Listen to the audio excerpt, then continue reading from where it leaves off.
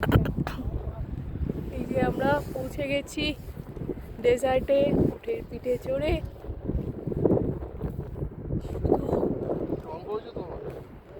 গোটা জায়গাটায় বালির স্তর, দারুণ লাগছে উটের পিঠের উপরে চড়ে।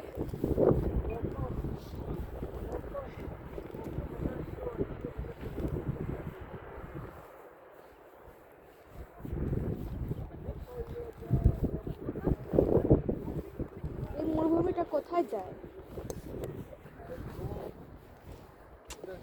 কোথায় যায় মানে যদি এটা মানে চলতে থাকে কোথায় যাবে? রাজস্থান যাবে?